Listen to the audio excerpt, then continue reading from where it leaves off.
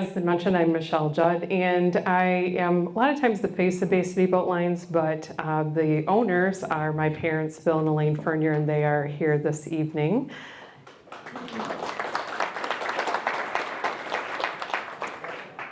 And we have a few other current and past crew members that are in the building tonight as well. So I wanted to acknowledge, of course, Captain Todd, who you'll be hearing from and you probably all know. His successor, Captain Matthew Gibbous, is here. Tim Birch, one of our deckhands. Jeff Wright. Dan Sloger, retired deckhand. Matthew Judd, Nancy Rouse, and Dean Woods. And I don't know if anyone else has snuck in on me.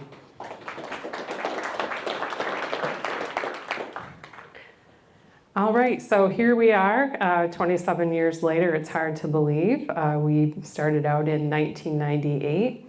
Okay, so we've been introduced. So I'm the second generation in Bay City Boat Lines. I have 3 children that have grown up in the business as well. But how did this get started? So we have to go way back to 1983 and think about how different Bay City was back then. We had just moved to Bay City. My parents decided to come here and basically start a new venture in their life. So we came in and there were no passenger vessels operating in Bay City at that time, so something that they had noticed. We didn't have rail trails along the river. We didn't have the newly renovated park systems. The lighthouse was closed and inaccessible. 3rd Street Bridge and Wenonah Hotel had been long gone. So downtown was not vibrant like it is today. People had started shopping in suburban areas. The mall was built, first Hampton and then out on the west side. Industry had changed dramatically, so we were really transitioning from what was a very blue-collar, trade-focused town, and I think Bay City kind of didn't know what its identity was. So my parents came in, they were antique dealers and needed a facility to work from and bought what was the former Rosenberry store in downtown Bay City. So that's the first property they owned and started working there, traveling around as antique dealers and eventually opened that as a store. That business got a lot of people here into town. So people travel a long way that are shopping for antiques, and they would come here and they would, walk in and they'd want to know all about the area and how they could get out to see things on the water. So if you looked at the map of Michigan and it's your first time to Bay City, you're going to say, where's that bay? How can I see that? Is there a lighthouse here? So that was something that they heard quite a bit. So the accessibility wasn't great. In fact, my parents had looked for, wanted to rent a boat to go out and see the lighthouse when they first moved here. So these things over time kind of sparked an idea, and conversations with others in the community revealed an interest in getting a vessel to Bay City. So my parents are much more fearless than I and have been always able to take an idea and feel comfortable running with it. So Bill Fernier, Scott McIntyre, who you may know here in the area as a business person, and Chick Ferris, who was a tugboat captain. They had some conversations. A boat was located in Ohio, and they decided to purchase that boat and bring it here in 1998. And that first boat was called the William N. Miller back then, but she became what is now the Princess Wenonah. So this is a look at the William M. Miller, built in 1954 and working from Ohio, Port Clinton, and running to South Bass Island, Catawba, in that area. She was built in 1954 in Sturgeon Bay, Wisconsin, and originally carried 250 passengers if it was just passengers. However, she mainly was a car ferry as well. So her maximum car tonnage was, or capacity were 9 cars plus 130 passengers. So depending on how many vehicles you carried, you could calculate the number of passengers. So she operated there. Her original stability letter also said she could travel up to 3 miles from shore and not more than 15 miles from safe harbor. And she was custom built for Miller Boat Lines in Ohio. So William M. Miller was a family member that she was named for. So she was purchased in 1997 and brought here. And this is just a little synopsis of what I just told you. So the first year she was actually operating, though, was 1998, because a little work was done on her to convert her from car ferry to what we have here today. And I found this photo just the other day, and I thought, you know, if only she could talk about all the cool stories. And Todd will tell you more about a trip she took recently back to Port Clinton and how that sparked a lot of memories for people. So this has a little caption on it, and Porsche Speedster and TR2 are loaded aboard Miller's Ferry at Catawba Island. They were on their way to a race. So pretty cool to see her in use. So she was brand new at this time, nicely painted, and you can see all the people there looking at the festivities. So this is a picture of the original, two of the original owners, Scott McIntyre and Bill, who's with us tonight. Chick Ferris was a marine contractor, tugboat captain, and he did leave the company early on. Unfortunately, he passed away in 2008 at a young age, 55. And Scott actually exited the company in 2003. So we had been, you know, operating pretty steadily, and Scott is involved now in some other businesses, but decided to exit. So company is now owned by Bill and Elaine Fernier, and then we have longtime crew members with us, and of course my children as well. This photo was taken back in 2007. And this is another look at the William M. Miller as she was back when Bill and Scott and Chick were looking at her at Miller Boat Lines. This is how she looked when she was docked there. She'd been retired from service from Miller, so they were upgrading their vessels and returning her. If you look back at the stern there, you can see there's another vessel that looks very similar. So that is a sister ship to the Princess Wenonah, and that was the West Shore. And we'll talk about that a little bit more later on. So if you've been aboard the Princess Wenonah, you'll start to notice some things that are slightly different now than they were then. We'll take a little look at some of those things. So one of the main things is there was a passenger cabin on the upper deck here that we had removed, and you can see the M on the stack for Miller Boat Lines, and of course that now has our mascot or logo on it. Also to the stern, there's a change there. If you've been aboard and kind of looked out the back behind what is now the bar, that was actually a ramp. You can still see the hinges that flip down, and you could drive vehicles into the stern of this vessel. So the vehicles would be on the lower level, passengers would ride on the upper deck. So in order to make this more usable for our purposes, this ramp has been cut down about halfway. So now you have a gorgeous view looking out the stern of Princess Wenonah. And this is, if you were to take a walk around the upper deck, around the passenger cabin, you can see the windows there and the interior space that it had. This is now a dance floor much of the time, or chairs for people viewing the scenery as we go by.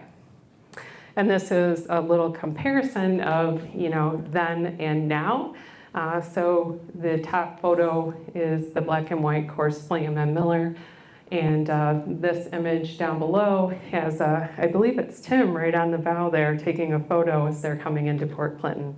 So there's been a lot of changes over the years. When the boat first started operating, we came into town and were using a site right at Winona Park.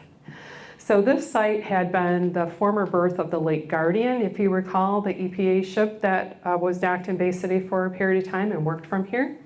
And so that research vessel was no longer there, and there was kind of a gated area right on the seawall. And of course, Wenonah Park didn't look quite like it does today. It had some, landscaping, but not the new version of it. So we were welcomed there and had to come up with a name. So why Princess Wenonah?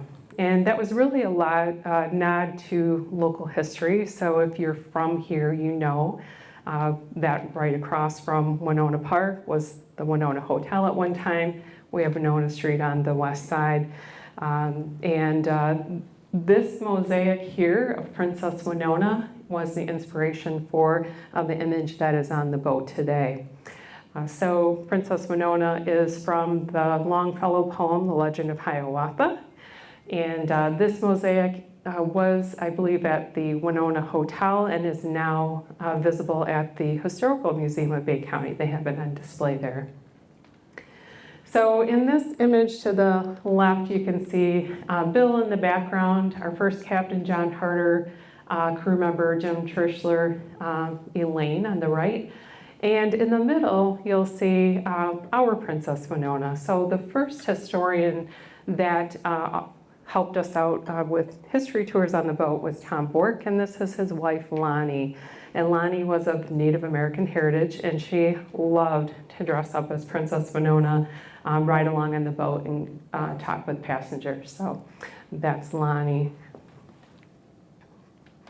So you can see now when the boat was christened, Princess Wenonah, that's Mayor Kathy Newsham up there. And you can see the Princess Wenonah image on the boat, and we still have that on the boat today.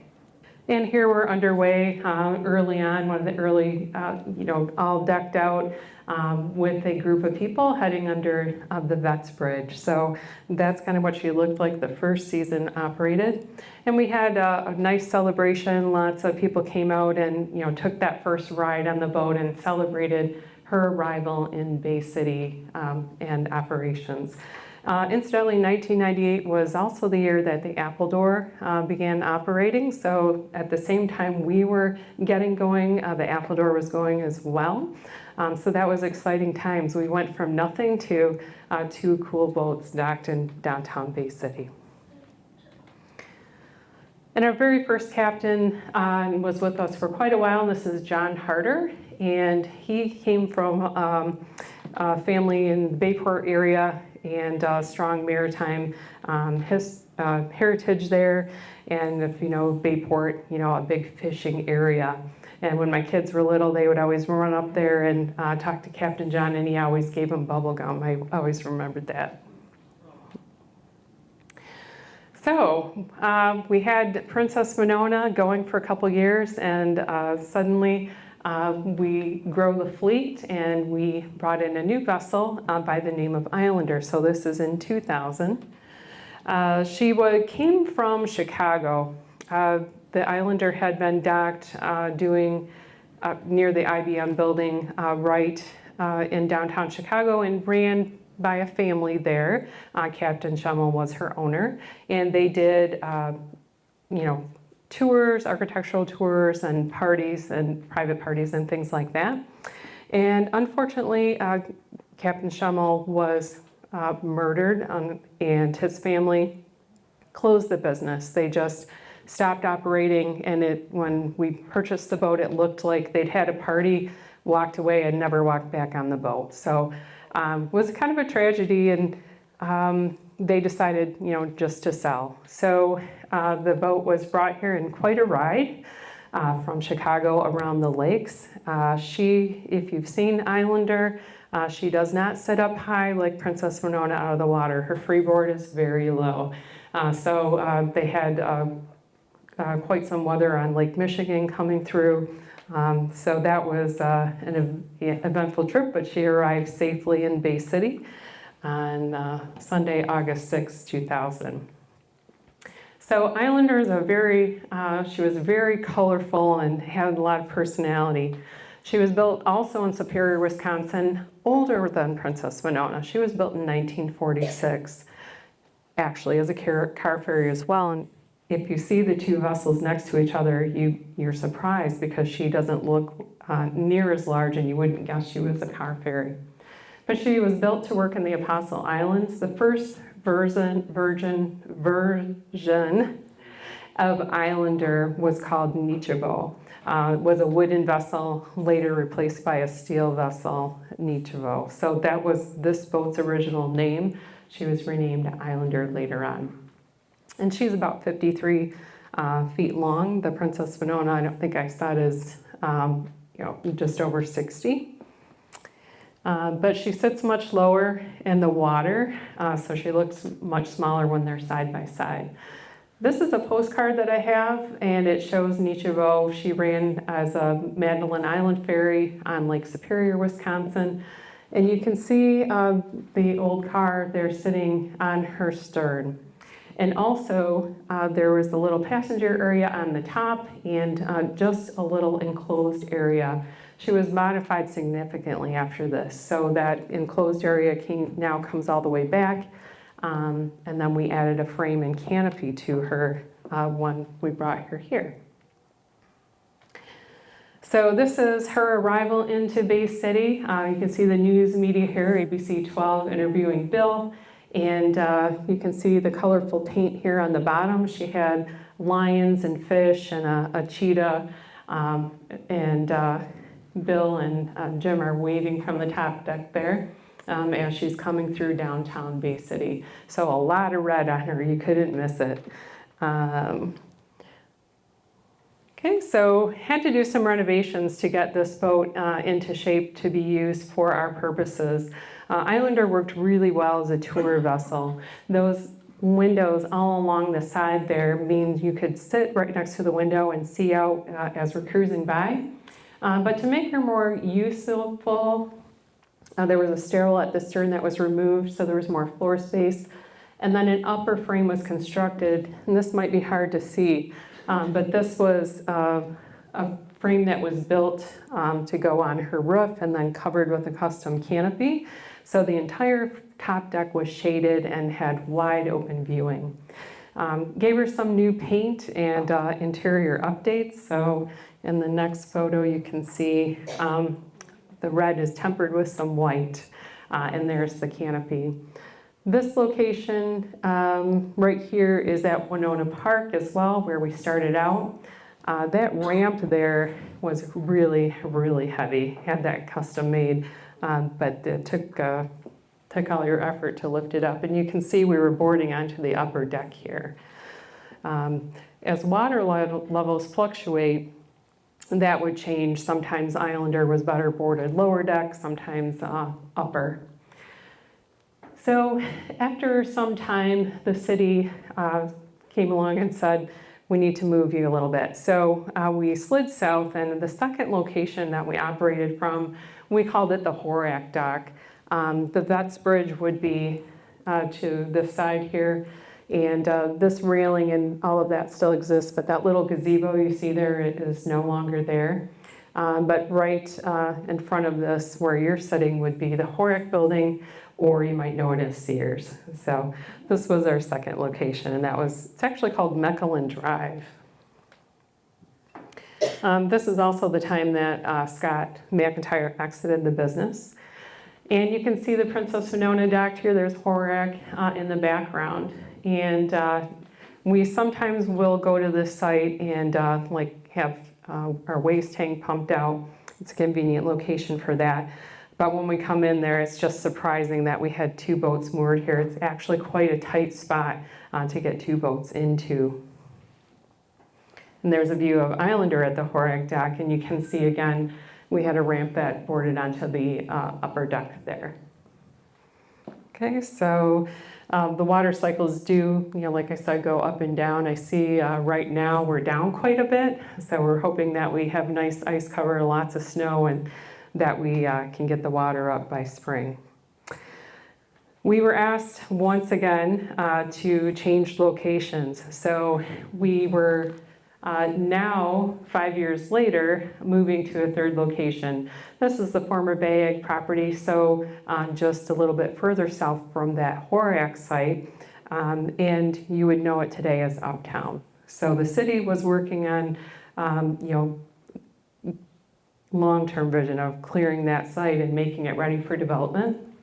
So Bay Aggregate was removed, and this was right at the end of 9th Street. So you'll notice there's a third boat in this picture at this point. So we have Princess Wenonah to the south, Islander to the north, and a new boat in the middle. And so we'll talk about that.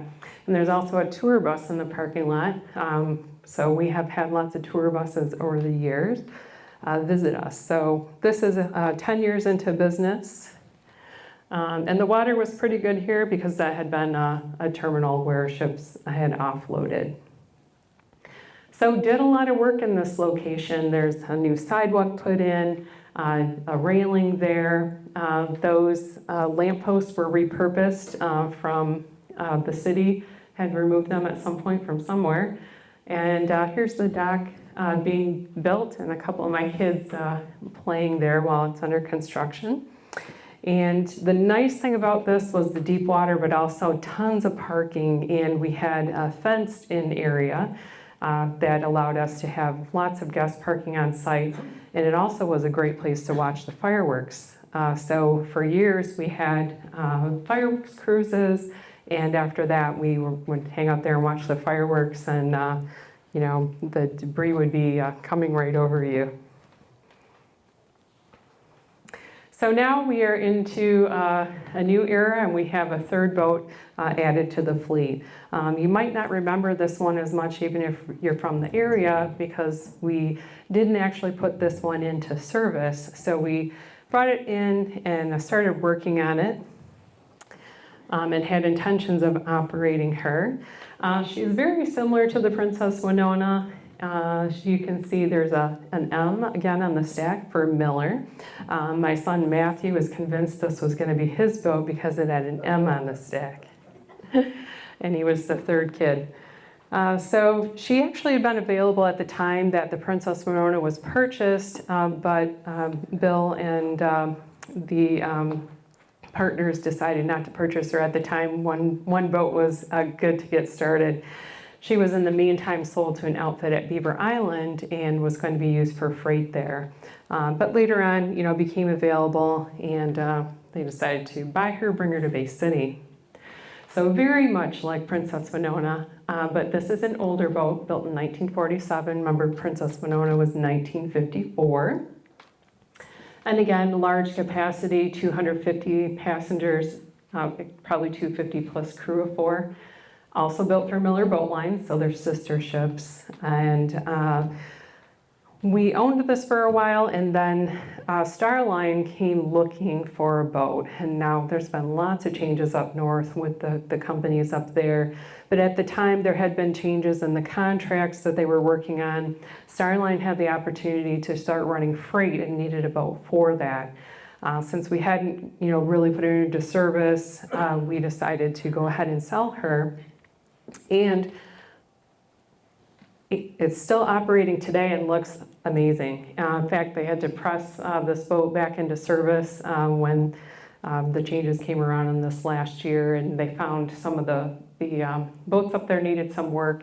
So she's continued to be a workhorse, and she's now renamed the Anna May. And she's got the colors of Starline here, so the red and blue. So doing well. She'll haul, horses and freight and oftentimes passengers to and from the island. And she's usually in the St. Ignace dock if you go up there. All right, we're moving again. 2014, we have to make another move. So the Uptown site is now, well into development. They have buildings start going up, and the new owner, has other plans for the space, and so we have to find a new home. That's not easy. There's not a lot of places along the river that you can put boats of this size, especially 2 of them that you're operating. There's not a lot of private property or public property available that isn't already in use, has a seawall, has deep water. But we were fortunate on the middle grounds. Scott and Jill Causley had purchased a building there that they were renovating and going to open. We now would know it as Scotty's Sandbar. And Scott was a marine contractor, so he had the equipment and the willingness to put in dock space for us. So that was, we're really grateful that we were able to do that. So Scott actually drove the pilings here, built this pier that we docked on, and we moved both the boats out there. Now, if you notice, we're in a different configuration. We're no longer sliding up against a seawall. We're docked on a pier and we're perpendicular to the current. This really tested the skill of our captains. It was quite challenging. So when there was heavy currents, it was not easy, especially for the islander to dock here. So you can imagine water flowing downriver. It often would help the Princess Wenonah into dock, but the islander would be fighting that. And both these are single propeller vessels. We don't have bow thrusters, so it does take some skill to operate. So a little bit challenging, but it worked out well. It was great having the boats side by side, and eventually they opened Scotty's Sandbar, and so that was a nice, complementary type of operation with us being next to them. So we were there for 7 seasons, and then something came along, and it was called COVID. So that and the impending bridge closure, which has now come to fruition, we have Lafayette out of service, we knew that we really needed to get back downtown because it was tough to run a business and really have to spend a lot of money on marketing to let people know where you are and stay top of mind and let visitors know that you exist. So we did get through 2020 down there, and I love this picture of Dan working the bar, and hot days, we wore the mask. We actually didn't know if we were going to be able to operate at all in 2020, but we decided to get the boat ready for service as normal, hope for the best, and we eventually were able to open in June. We did that at 50% capacity. We lost all of our private charters. Nobody wanted to book an event and invite people, but we ran public events, and we would have people come from all over and be so grateful that there was something to do. So I'm glad that we did it. And so we got through that, but we ended up going to Bay Future and asking for some assistance negotiating with the city. And we said, if we're going to survive, we need to move. We need to be back downtown where we're visible, where people are looking for us. So we were successful in lobbying, and we came back home to Wenonah Park in 2021, right back where we started. But Wenonah Park looks very different now. So by now it's been renovated, it's beautiful. The DoubleTree Hotel has been built, and they've been wonderful. They're actually quite happy to have us there because it helps them win business by letting conferences know there's something for their guests to do while they're in town. And Bay City has changed so much in this time. There are a lot of visitors and travelers that didn't exist when we started. So our business has changed along with that. We're actually becoming really a tourist destination. More and more people every year tell us, we usually go to Traverse City. It's getting so busy, it's expensive. We've driven by here for years. We finally got off the exit. We can't believe it. It's so beautiful here, so much fun. So that's been a very interesting change, and it's affected the types of things that we offer. So what keeps us busy? And it's, tours and parties, whether they're public or private. So I'll talk a little bit about what we do. A mainstay for this business has been history tours, and we've done those since the very beginning, starting with Tom Bork, and I showed you his wife Lonnie, Princess Wenonah, earlier. So, to introduce the business to the area when she first started, the idea was, we need to get as many people on the boat as possible. So the free history tour series was born. And people around here are quite interested in the history of Bay City. And so we had sponsors that would, pay for a week of tours so we could do these at no charge for the public. And we still do that today. So we have in the picture here, Sherry Clements, one of our longtime tour guides, and her partner in crime is Nancy Rouse sitting here. Both Nancy and Sherry retired at the end of the 2024 season. So if any of you are history buffs and looking for something to do, you might want to come talk to me. So these run weekday mornings 10 to 12. Now we do them in July. They originally were first come, first serve. You showed up and we took as many people as we had room for. That got to be, tough. We didn't want to turn people away, so we started doing ticketing. It's now reserved, but the tickets are still free. So, thousands and thousands of people have taken these tours, and we appreciate the sponsors that still help us do that. So we'll be running probably 4 weeks in July this year. It's one of the favorite things in our community that we offer, and that our staff actually enjoys working these because people are so thrilled to do it. If you don't have a boat, you've lived here your whole life, when have you ever been out there? And Bay City looks so different from the water. So they always learn something. We have some people that come back every year. We have people that, grandparents bringing their grandkids. We have a lot of people tell me, as adults now, I remember when I did that, I was a kid and I got to go on the boat. And so we've been around long enough that it's, moving through generations. So here's Captain Todd and Nancy. And the picture on the left is Captain Guy, who retired after 20 years with us. He retired in 2023. Our other tour guide, Sherry, and some special passengers along with Bill. So we'll usually do up and down river. We alternate routes and talk about the history, lots of cool stories. Beyond that, what helps us pay the bills, though, are entertainment cruises and paid tours. And so we'll do Friday and Saturday afternoons, kind of similar to the history tour, but we'll throw in some other things with that. So here you can see on the left, cruising out towards the mouth of the river near Consumers, and that is the Lake Jugurtha in that photo. Big ship on the lakes delivering coal to consumers. Unfortunately, now that the coal plant is not operating, we won't be seeing maybe as much of that, right? Completely different atmosphere in the evening. So when we switch over to the evening and we have live bands and entertainment, it just feels like a completely different atmosphere. We have catering by Krzyzak, so longtime family restaurant here that works with us. At one time we had our own restaurant, we did our own catering, but since Krzyzak has stepped in, and that's been a great partnership.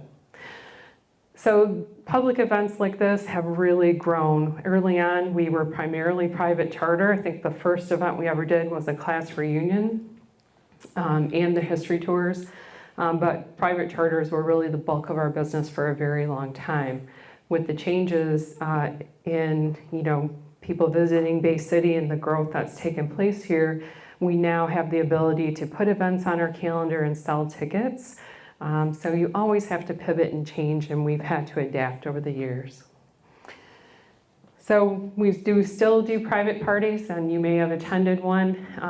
You can see these young ladies, and this is actually Todd's daughter Emily here in catering. We've been fortunate to tap that network of friends of our children and friends of our staff and have a really tight-knit group that works aboard the boat. So this is kind of a catered event. And on the left-hand side would be the bar that's installed now where that ramp was that the Princess Wenonah had. You can see that it's now cut down and it's open all the way across the stern.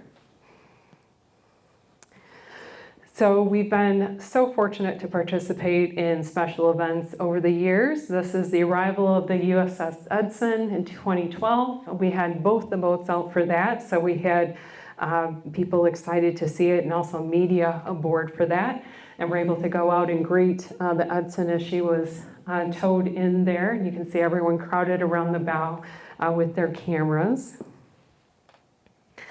We also have been a participant with the tall ships when they've been here to visit. Unfortunately, they will not be coming next year. Was the next year they're scheduled on the Great Lakes. Hopefully in another 3 to 4 years, Bay City will get the opportunity to do that again. It just wasn't able to happen for next year, but we often go out and greet the ships when they arrive out to the bay, take the media out for pictures, but during the festival have been able to tour past all the boats and give a commentary about all the visiting ships, and such a cool event. Also very exciting, we've been involved with the Fireworks Festival every year since we've operated. We run fundraiser cruises for the fireworks, so we donate our net proceeds from ticket sales to the festival to keep the show going. So we do a nice little dinner cruise and then come back and watch the fireworks from the dock. So that's a nice tradition that we've had for years. So Princess Wenonah has now, she's 70 years old, 70 years of service. And so a little bit of information here. I'm going to have Todd step in and talk a little bit about her numbers.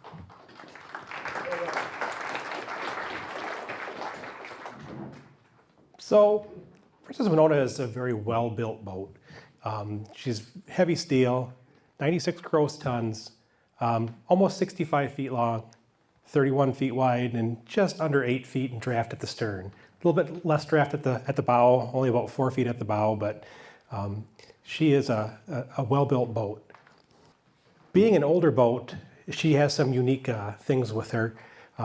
She has 2 electrical systems. She has the original 36-volt system.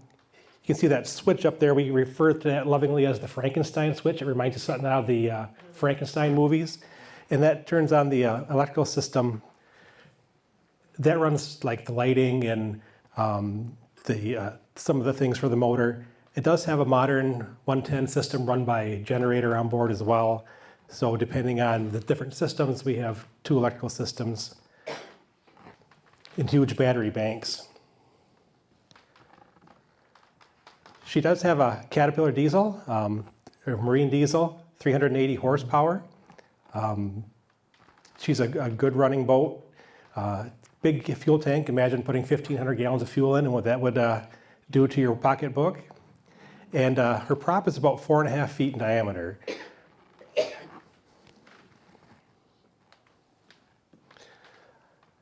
Looking at some of the other systems, the lower picture on the left there, that's our dewatering pump and fire pump. That's if we have to pump out a compartment or if we have to use the fire hose or any of the extinguishing systems.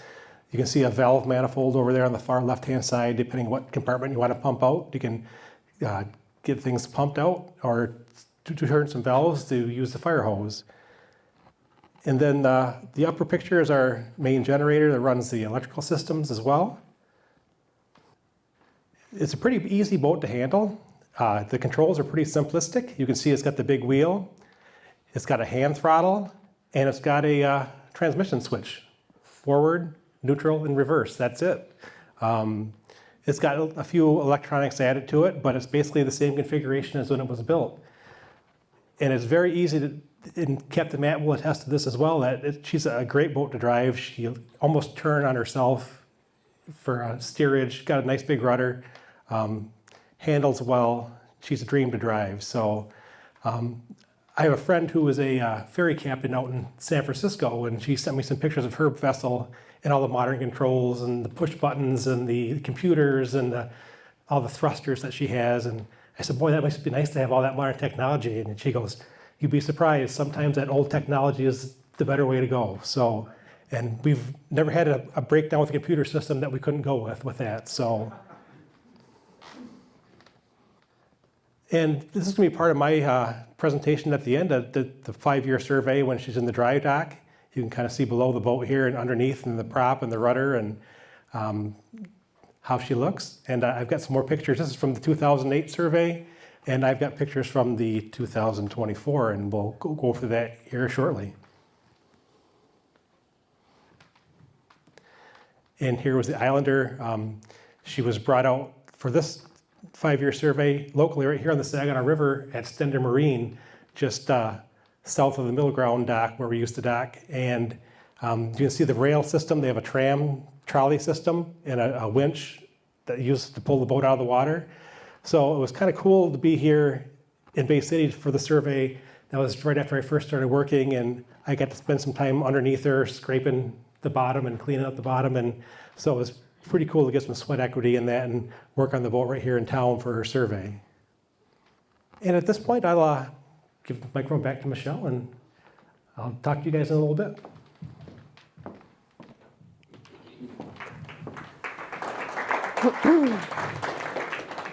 All right, I'll make it quick from here. Just pointing out, you can see Captain Todd, Dan, and another crew member here training. So we do a lot of training. There's a lot of regulation when you're operating a passenger vessel, Coast Guard, Homeland Security, lots of things that you need to be, training and keeping standards for. So anytime something happens, there's a vessel, incident, the Coast Guard looks carefully at what has happened, and that will change rules for us. Also, Homeland Security was a big change. So, the size of the boat made it, a terrorist target. We had to look at security changes. So regulations evolve over time, and you have to learn to evolve with that. And then safety and training is always so important in this industry. So we had to increase crew training, and we have a good program now for keeping that up. A little bit about the community impact we've had. We carry, roughly 8,000 to 10,000 passengers annually. We operate about 230 hours underway. The hours that we actually spend running the business and getting her ready for those operating hours are much more than this. So there's a lot that goes on behind the scenes that our passengers are unaware of, and that's fine. We want them to just come and enjoy and have an amazing time. So we run about 100, right now we're running about 100 departures each season. It's compressed very much into the mid part of the season, July, particularly in August. So while we run, as early as mid-May and as late as mid-October, the shoulder season and the beginning and end are very light. We have a seasonal crew of 15 to 20. I work on the business year-round, so I'm planning for 2025 now. We have, tried to really connect with the community with the history tours, benefiting our local businesses. We're like the Chamber of Commerce and ambassadors for Bay City, and we love to talk about how amazing it is here. So we share that with all our guests. And, providing that access to the water that, not everyone, if you're a boater, you kind of take that for granted. But, there's a lot of people in Bay City that just don't have that access at all. So that's nice. And then we really cater to out-of-town guests. While the history tours, if I look at zip codes, Bay City is still about 50%, but people who are outside the Bay City zip code are the other half. But in other tours and our entertainment cruises, more like 72 to 74% of these people are, they're not from here. They're from outside of Bay City. So we really do have an impact on the economy. The best thing about this business has been the people in it. So, our family has grown with the business and the crew that we've been able to have. These kids here, that young man in the captain's chair there next to Bill is Matthew, who's now 21. And then my daughters here are 23 and 27. So having the kids grow up in the business has been great. Let's see. So just a few shots of us over the years. Some of our crew members. It's really a place that we really bond at work, and we choose people for their personality and culture. We can train people, but you've got to have the right people to start with. We've always believed that. So just a few shots there, and a little of the behind the scenes. It is certainly not glamorous what we do getting that boat ready, but people comment all the time that she looks great and it's so clean. It is a lot of sweat equity going into that. So painting, cleaning, painting your hair, and so that's our spring ritual. But we have a lot of fun at work too. And we love the people that we work with. And this is Tim in action here with Larry, some of our newest crew members.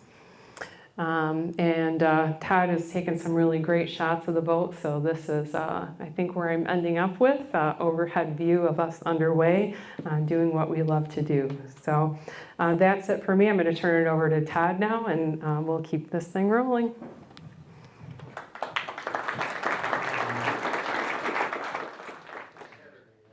So, 5-year survey.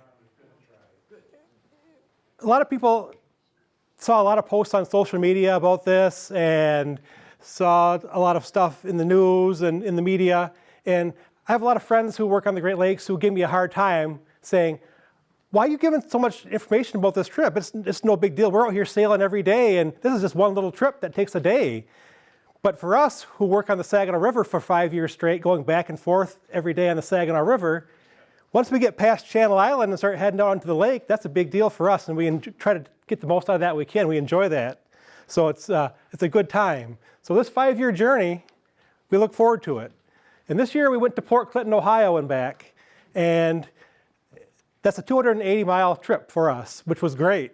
Somewhere where I've never been. I've never piloted on the Lake Erie before, so it was kind of a new experience and got to do some new things I hadn't done before to end up my career.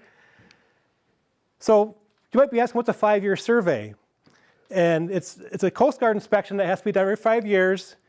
It's required for boats who have to have a certificate of inspection or COI. The vessel has to be taken out of the water for the hull to be inspected, or it can be dry docked. And if any deficiencies are found, they have to be repaired before the Coast Guard will issue the final COI for use for the next 5 years. It's all about safety.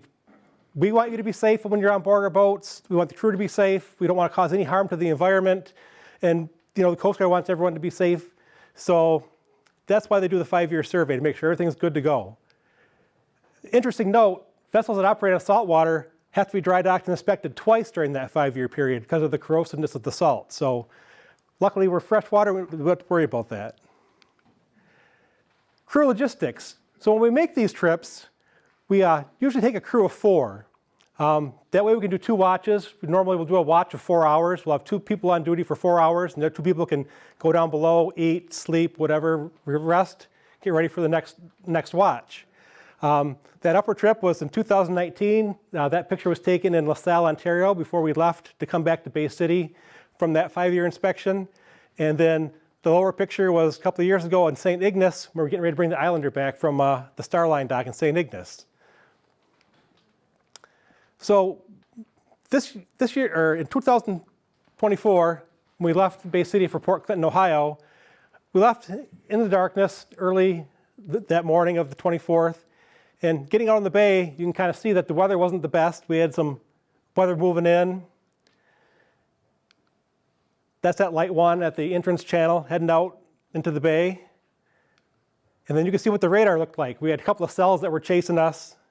You can see where we were in the center here, and we had the cells moving our way. But got a little bit of rain, but it wasn't that bad. Coming around the tip of the thumb, Port Hope area, past the Point Au Barks Lighthouse. You can still see the weather was not the best. You can see the clouds hanging low and the rain. Coming up by Harbor Beach, you can see the Harbor Beach Lighthouse, and that's the tug Kimberly Joy. Used to be the tug Manitou from Malcolm Marine. I was a deckhand on that tug for a while, and I got a call from their deckhand, Kevin Doyle, and he wanted to know what their conditions we had out on the lake, because they were heading to Bay City with some dredges for a dredging project.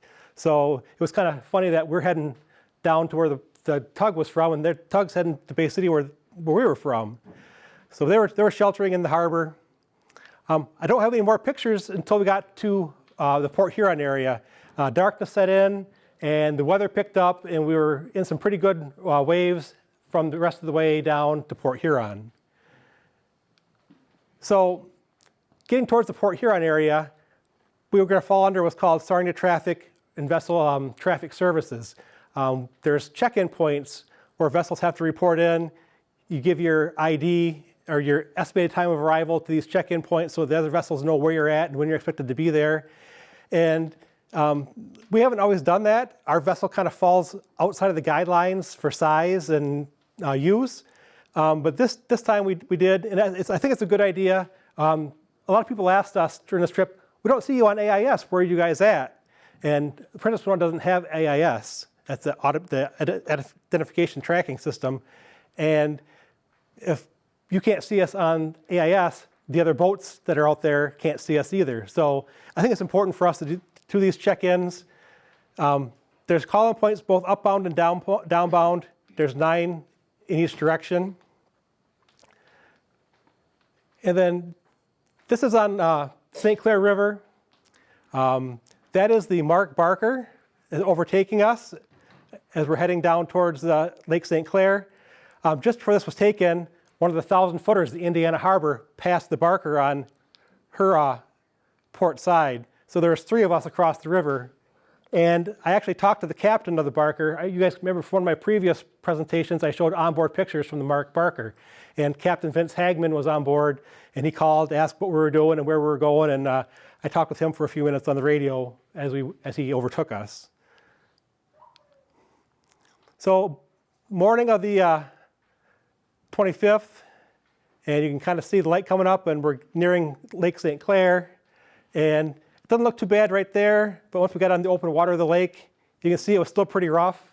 The wind was still blowing pretty good, but it laid down pretty, as the morning went on, the wind kind of died down and conditions got better. And you can see in this picture, as we're passing the Herbert C. Jackson on the lake, it's not too bad. Sun's shining now, and the waves are kind of laying down.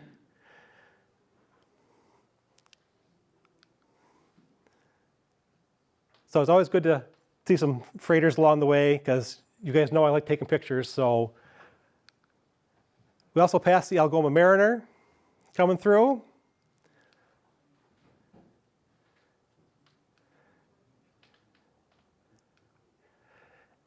And one of the cool things about having some friends that live in the area of Windsor and the Detroit River is they're waiting for you to come and take your picture. So these pictures are from Marty Flore. He lives in Windsor in one of the big condominiums across from Detroit.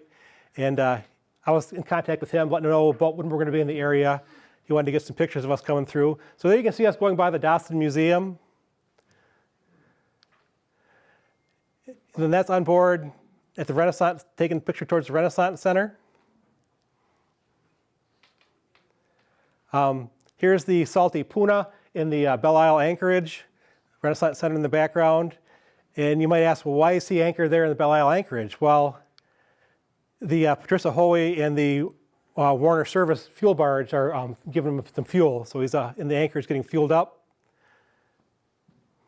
So those were my pictures of the boat going by, while Marty got us going by all 3. So I'm taking pictures of those 2, and Marty's taking pictures of us as we're going by. So it's kind of cool.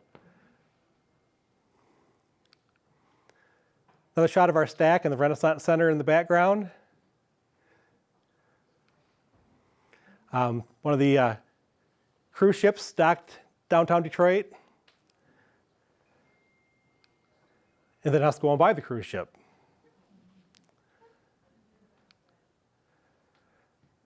You can see Captain Matt and Tim up in the wheelhouse for their watch.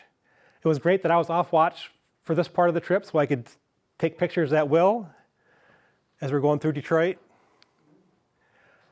The Detroit Princess. A friend of mine, Scott Wake, is the captain of the Detroit Princess. Interesting note about Scott, he just bought a cruiser and did the Great Loop last year, and he's planning on doing it again in 2025. So, and us coming under the Ambassador Bridge. You can see the Michigan Central Rail Depot in the background, the Westcott Dock, the Curtis Randolph Fireboat, and the Westcott boats as well at their home station. Zug Island, the John D. Leach unloading coal, a boat they had never saw in person before. So I was glad to be able to get some pictures of her. A lot of people don't like her looks, but any boat's a good-looking boat in my book. So Manitoulin, we also went by her on the trip.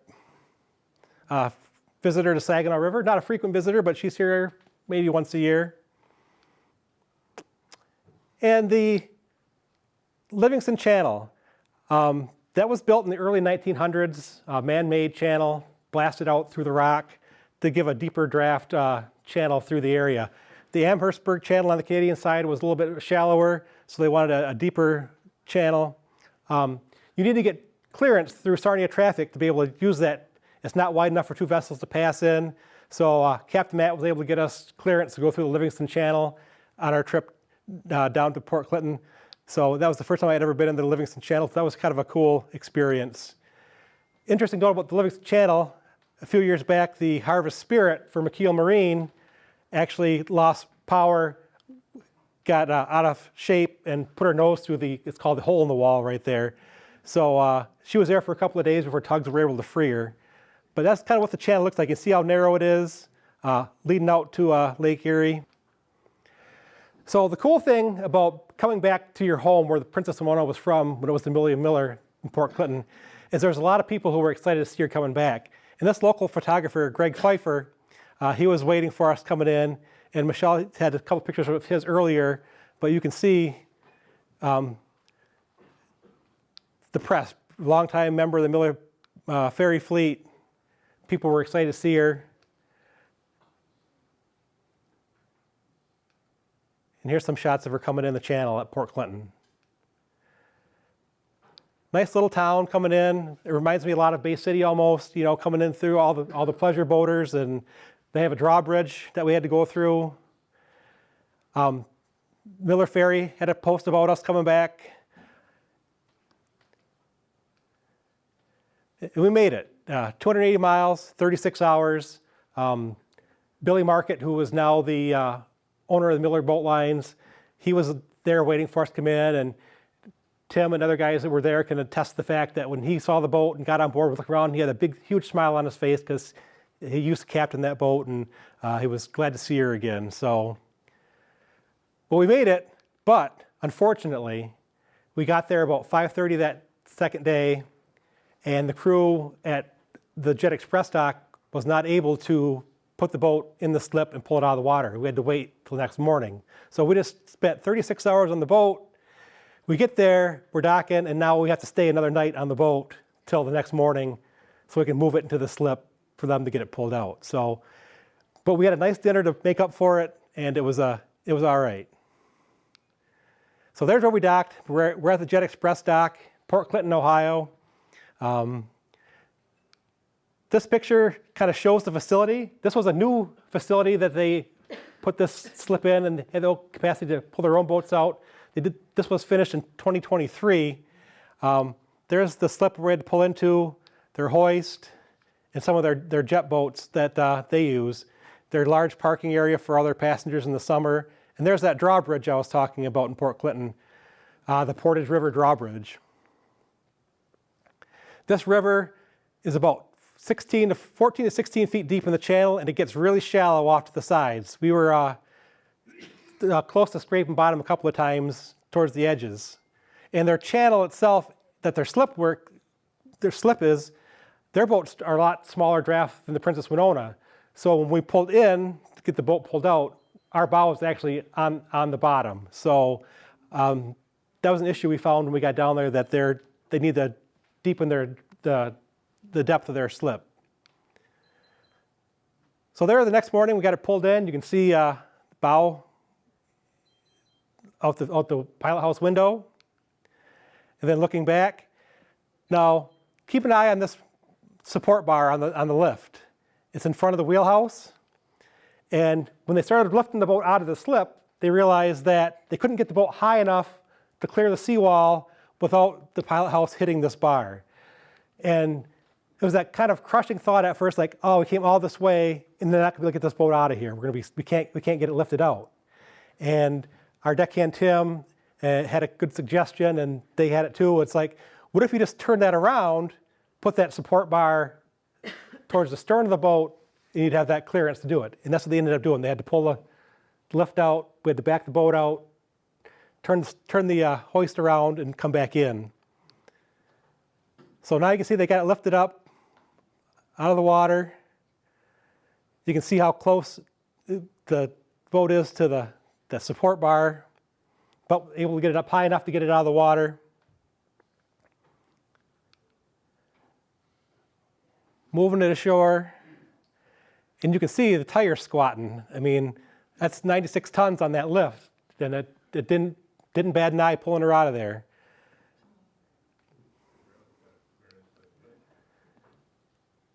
Putting some blocking underneath her to take some weight off to support it. And they actually let us go back, once they put the blocks underneath and got it supported, we were able to go back on and do a few things before we left. For being in the water for 5 years, since the last time she was cleaned and painted, I mean, you don't see a whole lot of, it's not too dirty. It's no zebra mussels anymore. She's pretty clean. You know, her propeller. The propeller got reworked while she was down there. You can see there was a few dings. You can see some of the dings in the propeller. So that got all reworked, redone. Captain Matt and myself looking at the boat. And of course, my obligatory selfie I had to take before I came home. A couple other shots from her from the roadway. So, she was there till probably mid-October. The owner, Bill Fournier, and myself went down there a week before we brought her home. They wanted to pull her out of the slip. So we came down, pulled her out of the slip. And here's a time lapse that Jet Express took with their drone.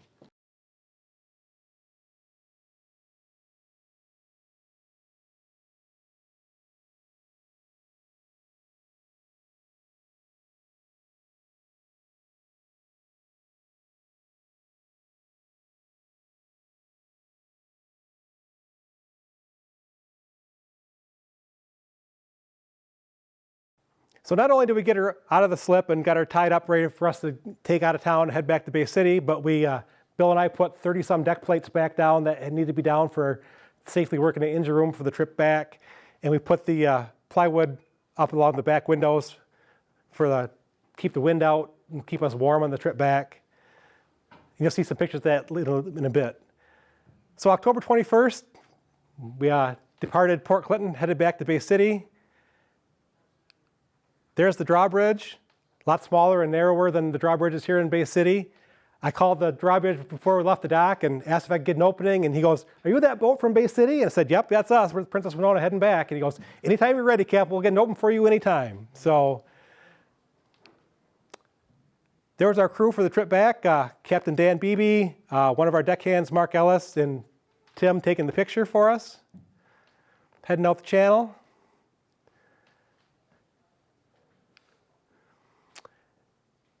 Heading across Lake Erie to the far end, getting back into the Detroit area. There's the Detroit River Lighthouse, and that's where VTS starting traffic picks up again. So now we're back on the clock, we're giving our estimated times to the next check-in point, going through the traffic system. Heading into Detroit, the CSL Laurentian in Windsor. And there's us heading up towards the new Gordie Howe Bridge. And as we got into the Detroit River system, a good friend of mine, Neil Schultheis, he's one of the captains on the JS Westcott, or the MS Westcott and the JW Westcott, their pilot boat. And he wanted to know when we were coming through. And I said, well, we should be there at such and such a time. And he goes, that should work out good because we got a pilot change coming as well. Maybe we'll be out there when we come through. And about that time, I got a call from the Gaia de Gange, and they wanted to overtake us, wanted us to stay on the American side of the river, and they would come up on our starboard side. So they came by us. MS Westcott came up, came alongside. You can see the new pilot coming up the ladder, going on board, coming up to the Ambassador Bridge, and then the pilot he was replacing coming down the ladder and getting on the MS Westcott. They pulled away, came by, blew us a salute, and took some pictures of us as they were heading back to their station.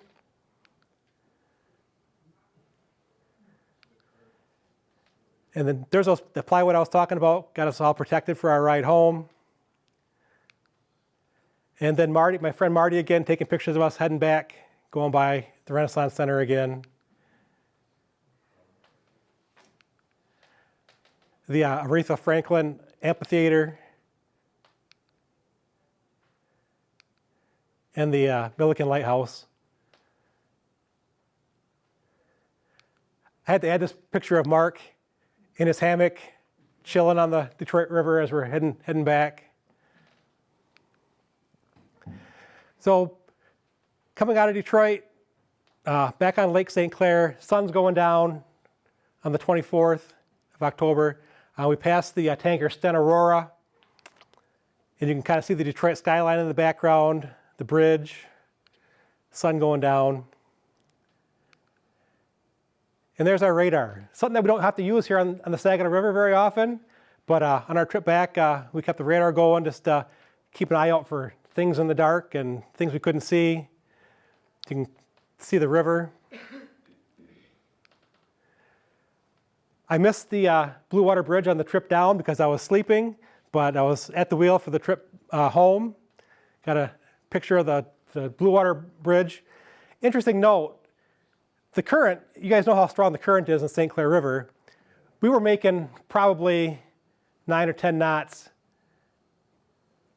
heading up the river. When we got to the bridge, we dropped down to about 3.5. The current just slowed us right down because that current is wicked right there. So definitely, until we got past the bridge and the lake started opening up again, the current was really hitting us hard. Sunrise on Lake Huron, heading back.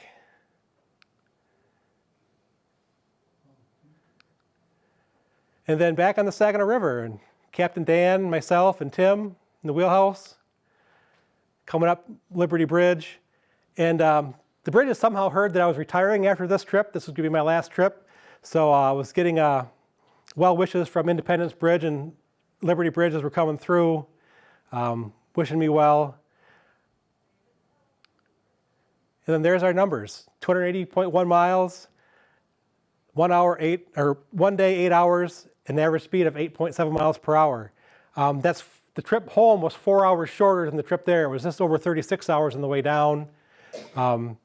Between the weather and the waves on the way down there slowed us down. We had great conditions coming back, so that helped us get back quicker.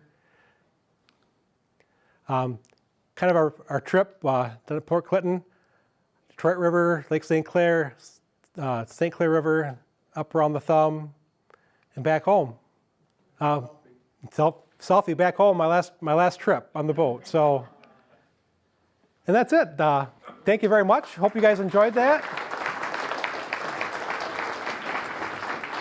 While we have y'all here, I just want to take a few minutes. So Captain Todd, said that he had retired after this season, and we haven't had a chance to formally introduce him. So first of all, I want to thank all of you for being here tonight and spending your evening with us and hearing our story. And we hope that you're going to come out and see us this summer and in the future. But I want to say a few things for Todd here and recognize his service. And this is for you. So Todd, thank you so much for giving us a glimpse into your journey for Port Clinton, along with the rest of our crew, and making sure that everybody came back safe and sound. As you know, Todd retired, and so this trip was special. And we just haven't had a chance to get together about this. So we've been really fortunate to have Todd on our team for 15 years. He started as a deckhand and was mentored all the way up to captain, and we always felt we were in good hands. We knew he was a good guy from the start, but we had no idea how much we'd come to count on Todd over the years, and how much he would grow personally and professionally. I think you can see that. He has many talents, but an extraordinary gift for photography and storytelling.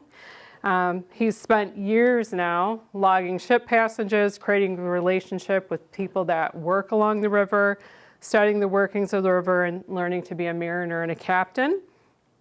He has an intimate knowledge of our waterway and graciously shares that by speaking, like tonight, sharing his images, and he's cataloging history of Bay City while it's being made. And he does this while he's continuing a career as a firefighter, volunteering in other capacities like this, and navigating family life as well. So we appreciate his family sharing him with us all this time. He's a leader that's quiet and reassuring, always humble and kind. So the crew really took to him and loved being under his direction. His curiosity and talent just keep growing, and so we wish you the best in everything that you do. So thank you so much for your service. Thank you as well. And I can't say enough about the Bay City Boat Lions and Bill, Elaine, Michelle. You made me feel like family over the years, and I don't consider it a job. It was more a fun place to go and enjoy time with my other family. And I learned a lot, and I definitely appreciate the opportunities that I was given, and the time and the effort. And I can't thank you guys enough for what you did for me as well. So it's all the crew that I worked with, excellent crew members. It's a big family, so I can't say thank you enough. Well, you're welcome back anytime, just like the rest of the crew. Once you're part of the family, you're part of the family. So thank you. Thank you. That's all we have. Thank you.